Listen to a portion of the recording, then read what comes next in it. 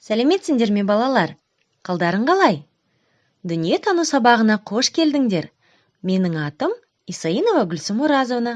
Бүгінгі сабағымыздың тақырыбы кітап қалай пайда болды? Балалар, қалай ойлайсыңдар? Кітап оқудың пайдасы неде? Әрбір оқыған кітабың жаңа білім береді. Дүние танымың кеңейеді. Есте сақтау қабілетің жақсарады. Сөздік қорың көбейеді. Көркем әдебиетті оқыған адам кез келген жанмен тіл табыса алады. Қызықты әңгімелесушіге айналады. Күш білімде, білім кітапта деген мақал бар. Ендеше кітаптың пайда болу тарихымен танысайық.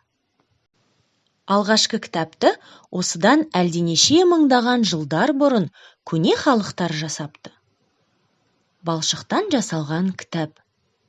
Жұмсақ балшықтан тақтайша жасап, бетіне үшкір таяқпен таңбалар түсірген. Оны кептіріп, отқа күйдірген. Дайын тақтайшаларды қорапқа салған. Осылайша балшық кітап пайда болған.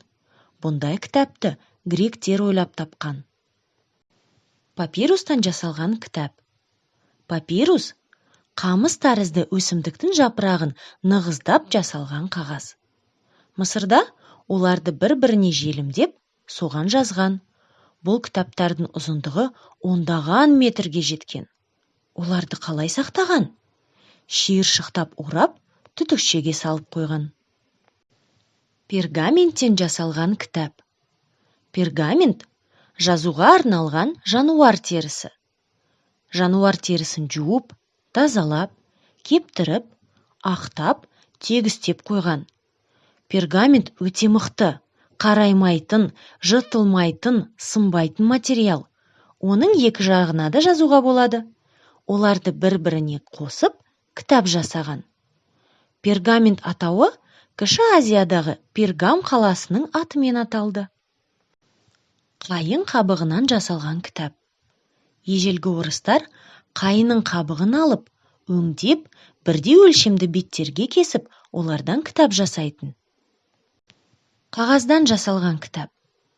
Қағазды жасау үшін қытайлықтар ағаш қабықтарын ұсақтап, оларды көп уақытқа суға салып қоятын. Қоспа жұмсарғанда оны қыздырып, оған пішін беріп кептіретін. Дайын қағаздарды жабыстырып, кітап жасаған. Электронды кітап. Қазіргі заманда адамдар электронды кітаптарды қолданады. Электронды кітап бұл мәтінді электронды түрде көрсетуге арналған шағын планшеттік компьютерлік құрылғы. Сұрақтарға жауап бер. Кітап не үшін керек? Білім алу үшін. Ежелгі кітаптарды неден жасаған? Балшықтан, папирустен, пергаменттен, қайың қабығынан. Алғашқы кітаптар қандай болған? Қорапқа салынған балшық тақтайшалар. Кітаптарды қайда сақтайды? Кітапханада. Кітаптарға қалай қарай білу керек? Беттеріне жазу жазбай, жыртпай, бүктемей, ұқыпты ұстау керек. Баспахана мен кітапхананың айырмашылығы неде? Баспаханада кітаптарды басып шығарады, ал кітапханада оларды сақтайды, оқуға береді. Сенің жақсы көретін кітабың бар ма? Қандай? Қазір сендер өздеріңді ежелгі адамбыз деп елестетіңдер. Алдарында балшық тақтайша жатыр. Сендер оқу білмейсіңдер. Ал біз айналымызда болып жатқан құбылыстарды, заттарды қалай жазар едік? Қолдарына қарындаш пен қағаз алып, менімен бірге тапсырма орындандар. Қане, құс деген сөзді қалай жазар едіңдер? Ағаш,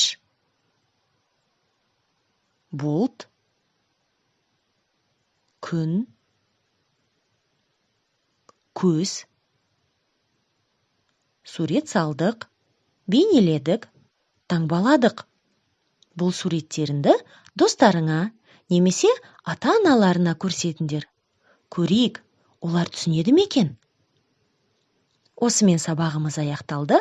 Назарларына рахмет. Сау болыңдар, балалар.